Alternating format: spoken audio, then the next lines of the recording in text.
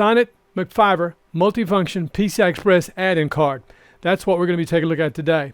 Now, for those of you that are not familiar with Sonnet, those of you on Mac are probably the most familiar.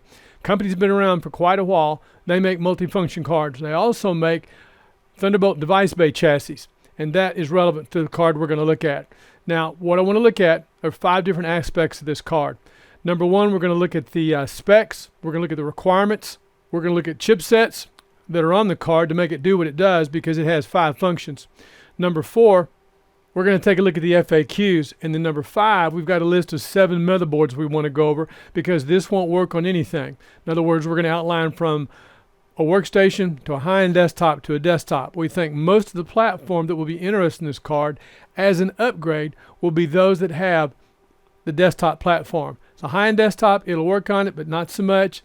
The workstation, even though you could do this because normally these devices would require 3 slots, we think that on the workstation, you're probably going to rather have a workstation because this is something that you will plan for in advance. Now, of the 3 things we're going to get, number 1, we're going to get dual M.2 NVMe drives, which is pretty cool. That's going to require a bridge chip or a PLX chip. That chip we don't know. Number 2, we're going to have 10 gigabit Ethernet, copper. We know the chipset for that. They give us that information. And for number 3, which is actually 4 and 5, that's going to give us our 2 10 gigabit USB-C ports. And we also know the chipset for that. Now for the 10 gigabit, that's probably a Marvel or Marvell, whichever you prefer. And for the USB-C, that's probably an AS Media chip. We'll look at the details on that. So let's take a look. Right now the product is listed on the Sonnet Tech website, their sales store, and it's also listed on the product website. And if you'll notice, we can put 16 terabytes of storage. Remember, this is for 2 M.2 NVMe PCI Express drives, and the largest capacity right now is 8 terabyte. If we knew the chipset that was used for the bridge chip, then we'd have a better understanding if that will support a larger drive when it's available. We don't know that right now, but we do know what this will do. Now, this will support 3 operating systems. It'll support RAID 0 and RAID 1, and it'll support, to reiterate, Mac, Linux, and Windows.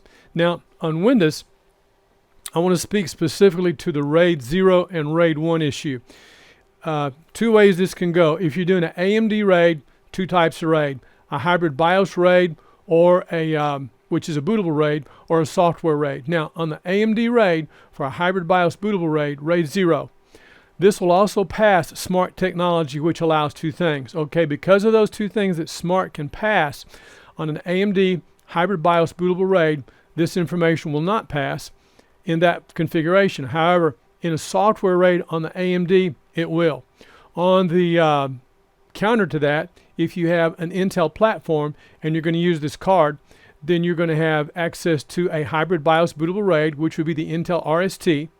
And the Intel RST, according to Intel, will support on RAID 0 only SMART technology for that to pass through. So for the 2 things to reiterate that SMART can do, 1, you'll be able to see the thermistors, which means you can see heat, so you'll know how they're performing as far as that goes. But because you get SMART telemetry, the other thing we'll be able to do is to install the control panel for the specific M.2 NVMe brand of drive that you're using so that we can also update the firmware. I think that's pretty special.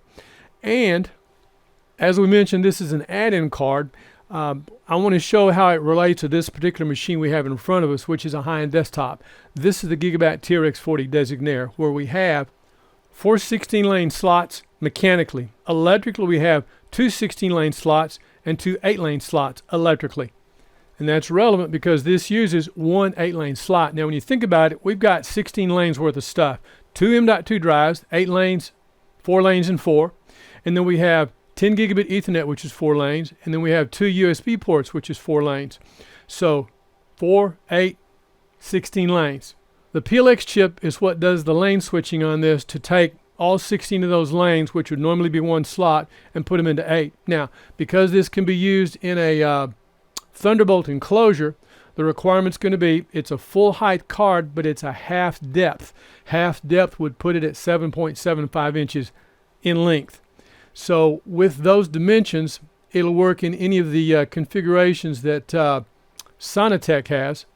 However, you need to be mindful that you're taking something that requires 16 lanes, putting it in 8 lanes, and if you put it in an external enclosure for Thunderbolt, you're taking all that down then to 4 lanes. So remember, you have your PCI Express bus, that's one bus, then you have your other bus in an external device, and that communicates through 4 lanes if it's in Thunderbolt.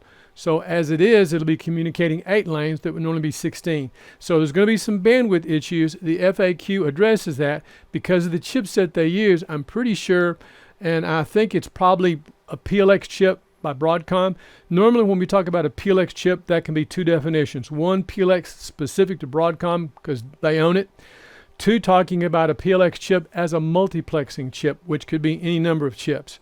So based on the price of the card, and Broadcom is going up on the price of their chips, according to a press release I saw, which is not good, I would expect that's using a Broadcom chip, but we don't know that for a fact. We would have to have the card in front of us, and the nearest as I can recollect, this probably makes device number 4 that we've looked at that we cannot look at with a camera to see the chip that's on there, so we would have to have a microscope. So as we go forward, more and more devices we're looking at that we want to see what that chip is, we're probably going to need a microscope to do it. This makes another one.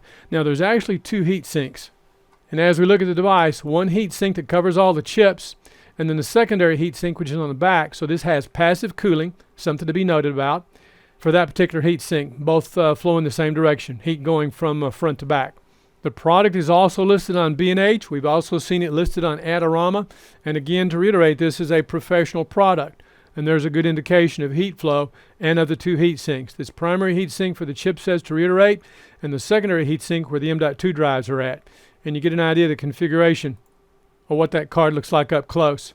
Now there's one chip, but I can't see that or read it to understand what that might be, and there's a second chip. And there's a third chip.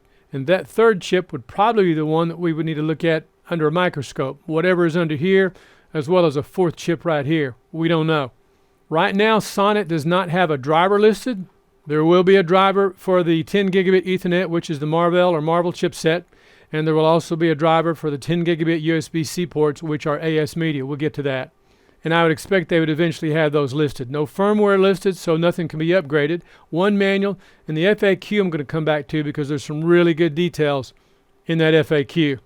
And we also came across a press release on Tom's Hardware about the device, for those of you that want to get a little more information. And it is kind of a Swiss Army. But to reiterate, this is an expansion card, and we think this is going to be targeting desktop computers. Not high-end desktop. We could put it in here.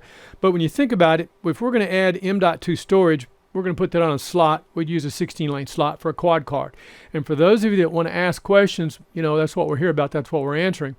The reason we're doing this now because we think it's relevant for those of you that have and those of you that have not seen the other videos we've done about other motherboards, where we've looked at chipsets and we looked at motherboards and trying to discern, can you add storage to a specific motherboard for a chipset? Okay, PCI Express lanes go 2 ways. One, CPU lanes, chipset the second. Now when you look at a motherboard, what we do is we look at 3 things: the motherboard, the CPU, and the chipset. When you're dividing lanes to add storage, even a card like this, you're not using chipset lanes, you're using CPU lanes. So PCI Express lanes to the CPU, to reiterate, versus PCI Express lanes through the chipset. A lot of times you can look at the chipset, but I like to specify the processor for the motherboard and go through all that because I'm looking for a congruence of information. In other words, I want to see things that everything is telling me the same thing. So when I'm looking at it, if I don't have the product in front of me, I know what I'm talking about. And that's why I reiterate on this, where I'm going with this. Why is this important and relevant? If you're going to put this on a computer, desktop, high-end desktop, or a workstation, the lanes you're looking for an 8-lane slot are going to be CPU lanes. So if you have a motherboard, and that's why I'm going to show you in a minute, different motherboards that this will support, not all motherboards on the desktop have an 8-lane slot. And what you're looking at to the CPU are about 20 lanes. And yes, it might be 24 lanes, but what you're going to have is if it's 20 lanes, or if they count at 24, you've got 4 lanes that connect the CPU to the chipset. And if they count those as something other than lanes, you can set that aside. So what you'll have will be one M.2 NVMe drive, and you can check the configuration according to the chipset and a lot of times according to the CPU. You'll have another 16 lanes. that will be allocated to a GPU. Okay, that's to the primary PCI Express slot. So if you've got one PCI Express slot that's by 16 mechanically, if you have two slots that are to the CPU, when those two are used simultaneously, they drop down to by 8. So you would have an 8-lane slot for this card, and you'd have an 8-lane slot for your GPU. That's how that allocates. Now, if you want two 16-lane slots, you got to move up to something like we've talked about, which is the high-end desktop. But right now, because the high-end desktop is going flat, it looks like AMD has abandoned the high-end desktop. It looks like Intel may be abandoning the high-end desktop. And if I can show you some stats that if you put CPU performance side by side, it makes no sense if you're trying to compare a workstation to a high-end desktop to go to a workstation. So I think that's why they've killed the high-end desktop, because you can see the difference going from a desktop to a high-end desktop, but you can't see a lot of difference in performance for these other two. So therefore eliminate one, so it makes the change extremely different. Now on these two platforms I've just outlined, the difference is in the PCI Express lanes. But to reiterate, in the performance of the CPU, it's been pretty much a wash. So workstation, here we come. But for a card like this, you're in the desktop platform, because again, to reiterate, this is something if people haven't thought about in advance, which is why you guys keep asking about motherboards, and if you can add storage by adding a quad card, that we've looked at all Asus, ASRock, Gigabit, and even we've talked about MSI, all those cards require motherboard bifurcation. This card does not require bifurcation.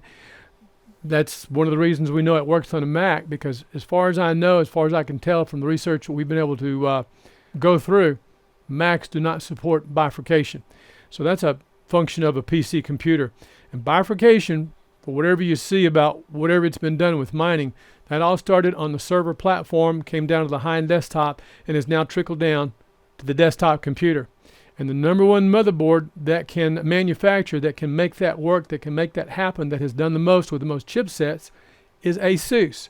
Other manufacturers have done a little bit, but nobody's done as much as Asus. Asus has a document, sometimes we refer to it, that is their PCI Express bifurcation chart about how to make quad cards work. It's extensive. It's not always absolutely correct, and we've seen some information where it goes like this. But it's a starting point, because the only thing that matters is what your BIOS shows. So if you got a slot, you can run this card, but this is an upgrade card. To reiterate, if you've got the resources, you're going to jump over this, and instead of allocating one slot for 5 devices, you're going to want to use all 3 slots like in a workstation, because you got the resources.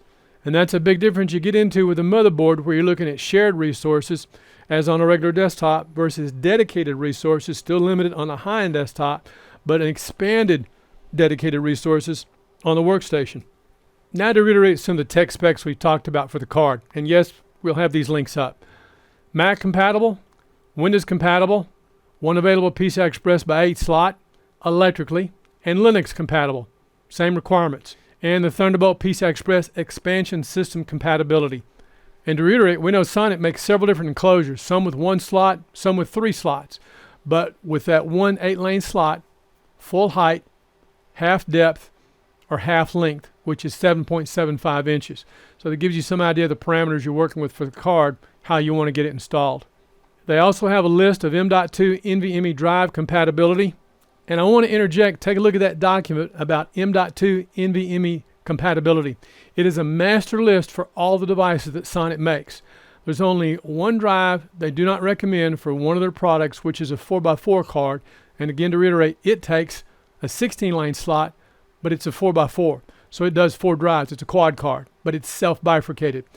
The only drive they do not recommend on that card, because it's not compatible, which I find odd, I don't know why, is the WD Black SN850.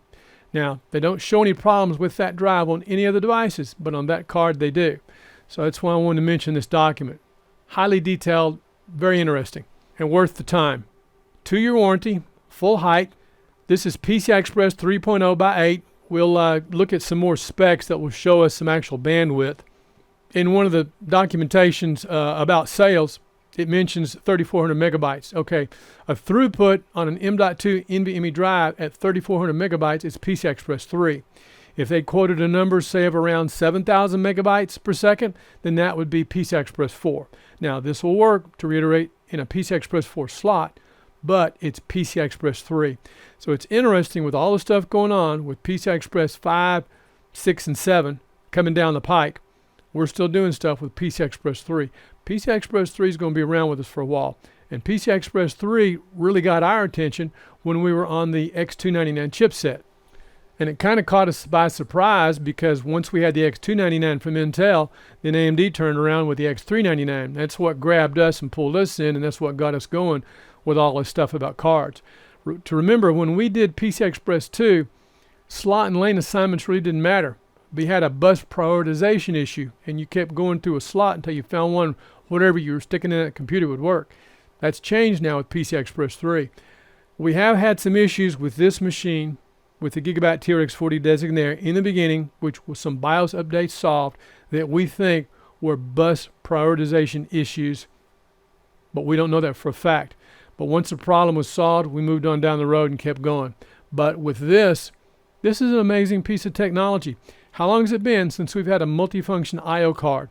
The last card that came close to this was probably the Promise Visa Local Bus Multi-I/O card. We were putting those in brand new computers, and it had its own BIOS, so it appended the motherboard BIOS. So you had the motherboard BIOS, the multi-I/O card BIOS, it appended, so when it booted, it would boot that stuff, and everything would just work. It was amazing. Okay, the only other company that we're aware of that will append a motherboard BIOS is on the High Point cards, and Max has asked us to take a look at one of those cards. I think we're going to be doing in the future. And in the next video, because another subscriber, Bob, made a comment and was asking questions about RAID, I think we're going to be looking at RAID in the next video, but I'm going to save what it's going to be about when we do it. But getting back to this, about this list and what this card will do, as a multifunction card, as an upgrade in a computer, this can breathe new life into a computer. Now, we've said this before, we'll say it again. Desktops are about building a computer based on what a vendor wants you to build, where you build, say, an 18-month to 2 or 3 year computer. You do whatever kind of upgrade you can, something like this, so that then you will slide in and build another one of those kind of computers. What we advocate with a workstation, build a computer that's got longevity. Some of you that are coming out of that 10-year term, X79 chipsets or whatever, and you're going, wow, what's going on? Now's a good time to build a workstation. And that's what we advocate. So if you plan for something like this in advance, and really what got me thinking about this, we had another subscriber that was asking about a 10 gigabit USB-C card and said, was that the best? Okay, give you a little insight. He has an Asus WX80 motherboard. He has 10 gigabit USB-C. He's also got 20 gigabit USB-C.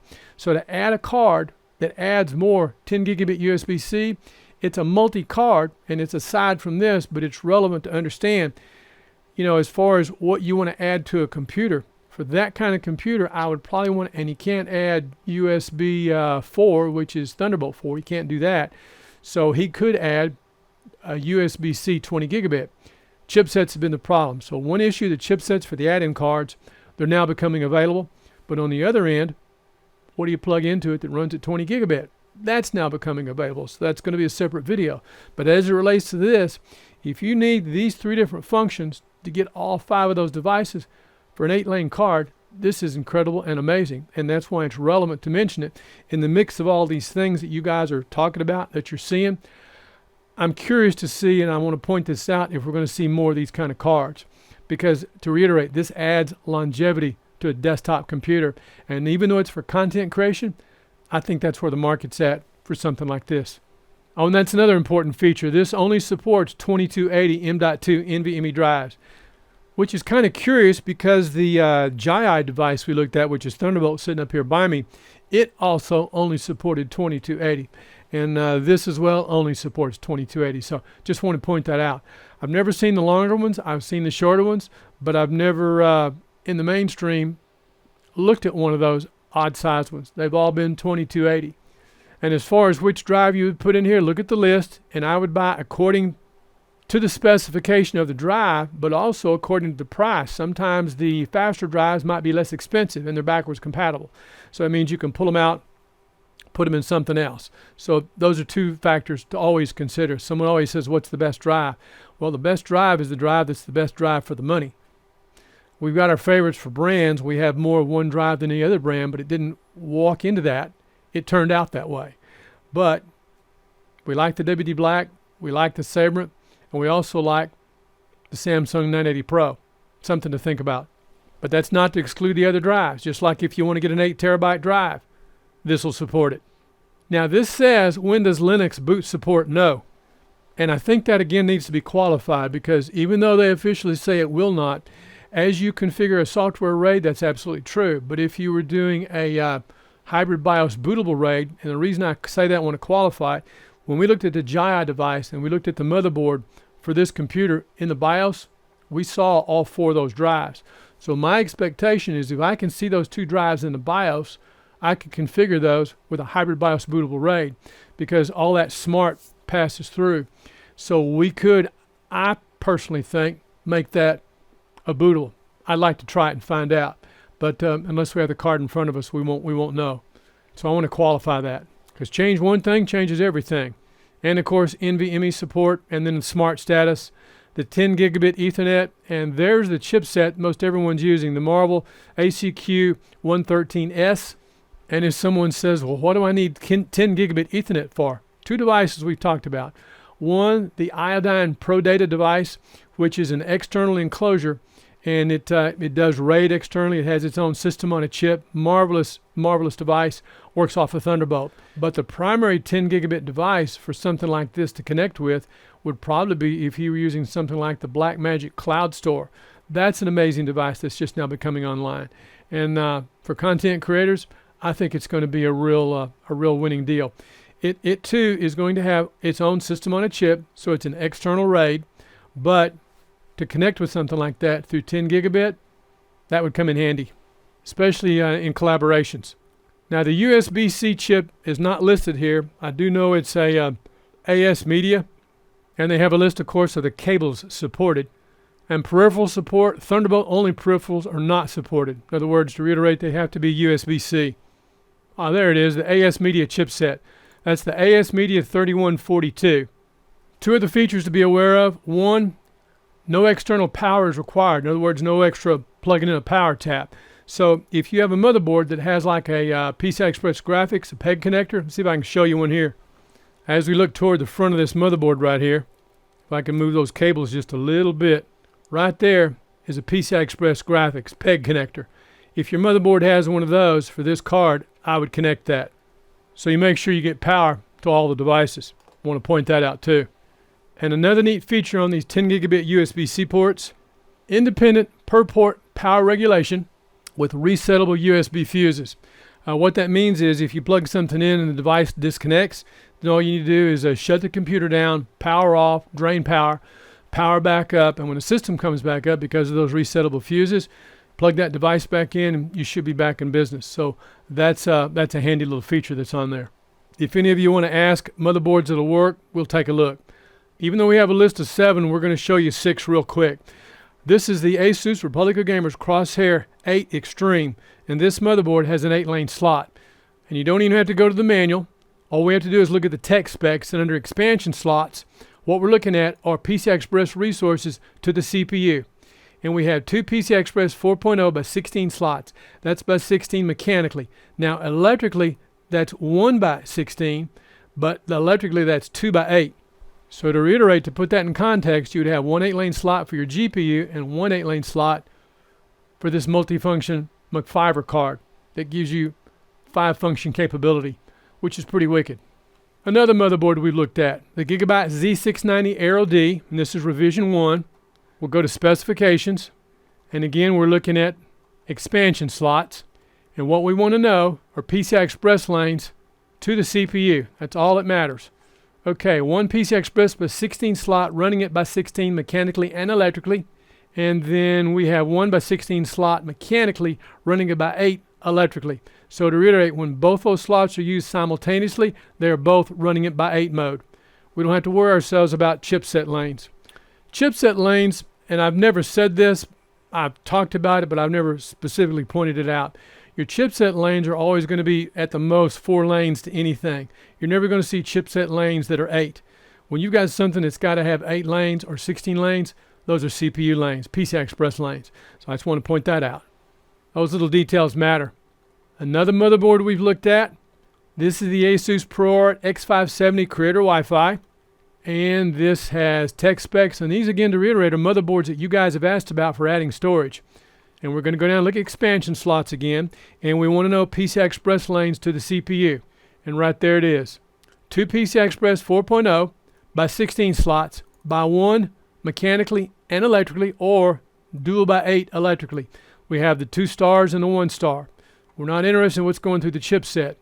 If we look at the 1 star, supports bifurcation for Radeon CPU function, and the 2 stars, PCI Express plus 16_2 slot, shares bandwidth with M.2_2.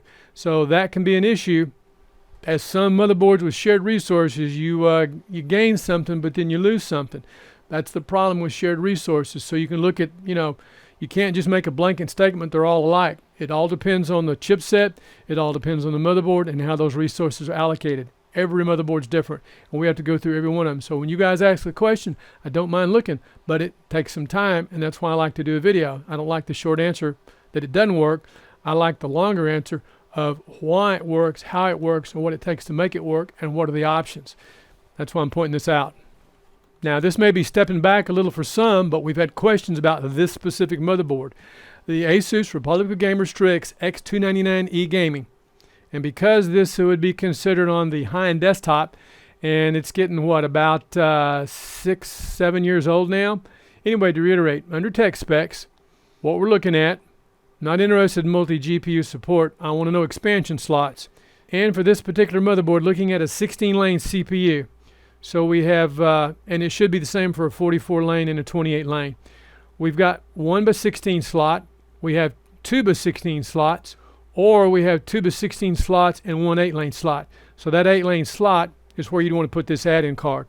All those little details have to be pointed out, and all those details matter. But that's on a high-end desktop. And we'll have the information up on the Gigabit TRX40 Designaire and the specification on that, as we've already outlined, but I'll go through it again, what you're looking for. To reiterate, we're looking at, on the expansion slots, PCI Express plus 16_1 and PCI Express plus 16_2. Those are 2 16-lane slots mechanically and electrically. And then to reiterate, we have 2 PCI Express plus 16 slots mechanically that electrically PCI Express by 8_1 and PCI Express by 8_2. And this one has the TRX40 is PCI Express 4.0. So even though that's PCI Express 3.0 and the motherboard supports PCI Express 4.0, being backwards compatible, you're only going to achieve the speed of the card because of that chip. That kind of acts as a governor. Typically, your motherboard chipset is where the governor's at, but since the motherboard on this is PCI Express 4, whereas on the X299 it's PCI Express 3, the governor is going to be the multiplexing chip that's on the add-in card, which is PCI Express 3. So that'll be your limiting factor of speed. So all those things have to be considered. But to reiterate, both of these motherboards have an 8-lane slot, both the PCI Express 3.0 on the X299 and the PCI Express 4.0 on the X399. Hope that helps. And one more motherboard would be on the Asus Pro WRX80 motherboard. And if we go to the tech specs, again, I'll show you what you're looking for under expansion slots. We have gobs of resources on this motherboard. There are 7 16-lane slots, mechanically and electrically. Some of the WRX80 motherboards may have like 6 16-lane slots and 1 8-lane slot, or it could be 5 and 2 accordingly. So all these resources and details matter. Now, another nice thing I'll point out on the Asus, it's also got right here under USB, which we're going to be doing a different video about later. That is 20 gigabit USB-C. And that's something else that not all WRX80 motherboards have, of which that list is growing extensively now. So this card is targeted for content creators. We think it's targeted right in the desktop. It can be used on the high-end desktop. It can also be used on the workstation. But when you go to those other 2 platforms, something like this, you got the resources. You don't have to worry about PCI Express resources. So one last item we want to share with you in the FAQ. It is the very last FAQ, and I'm going to zoom in on this and scroll on it. The question and the answer, because I concur with this. The by 8 PCI Express lanes can deliver up to 7.8 gigabytes. Okay, how do you fit the RAID, the 10 gigabit LAN, and the 2 USB-C ports in this bandwidth? And the answer, the response. The most important design feature is that every device is connected at the maximum PCI Express lanes. Number 1, Each M.2 NVMe PCI Express SSD drive is 4 lanes, so 4 and 4, that's 8. Number 2, we have 2 USB-C ports, that's 4 lanes. And the number 3, we have 10 Gigabit Ethernet, that's 4 lanes, so that's a total of 16 lanes. The total bandwidth is indeed greater than 7.8 gigabytes of everything involved. However, considering that PCI Express input and output bandwidth are independent, one can achieve the full 11 megabytes bandwidth of simultaneous use of the devices as long as there is a mix of reading and writing. It is extremely unlikely that one would need to use all the ports simultaneously at full bandwidth and all writing or all reading. The alternative of a larger PCI Express bridge chip to connect to the computer at by 16 would increase the cost of the McFiver without any performance gain in virtually any practical use scenario. Not only that, but as we talked about and continue to talk about different motherboards and different chipsets, not only would it increase the price of the card, it would decrease the number of computers you could work in, because when you want two 16-lane slots, you got to go to a high-end desktop. So you eliminate a whole lot of computers where this is targeted for an 8-lane slot, which right now is a narrow market. We've shown you 6 out of 7 motherboards we talked about. I think that's enough to look at so you know kind of what you're looking for and how that works. To reiterate, those have to be CPU lanes. You've got to have an 8-lane slot. But when you have an 8-lane slot on a desktop, that means 8 lanes for your GPU. Your 16-lane slot mechanically, to reiterate, is 2 8-lane slots electrically if you have it. Again, it depends on the motherboard and it depends on the implementation of the chipset, not just the design of the chipset. So I hope this helps. I want to thank you guys for watching. I want to say welcome. My name's Gil Boyd. This is Builder Buy. We'll look forward to seeing you next video. We're out.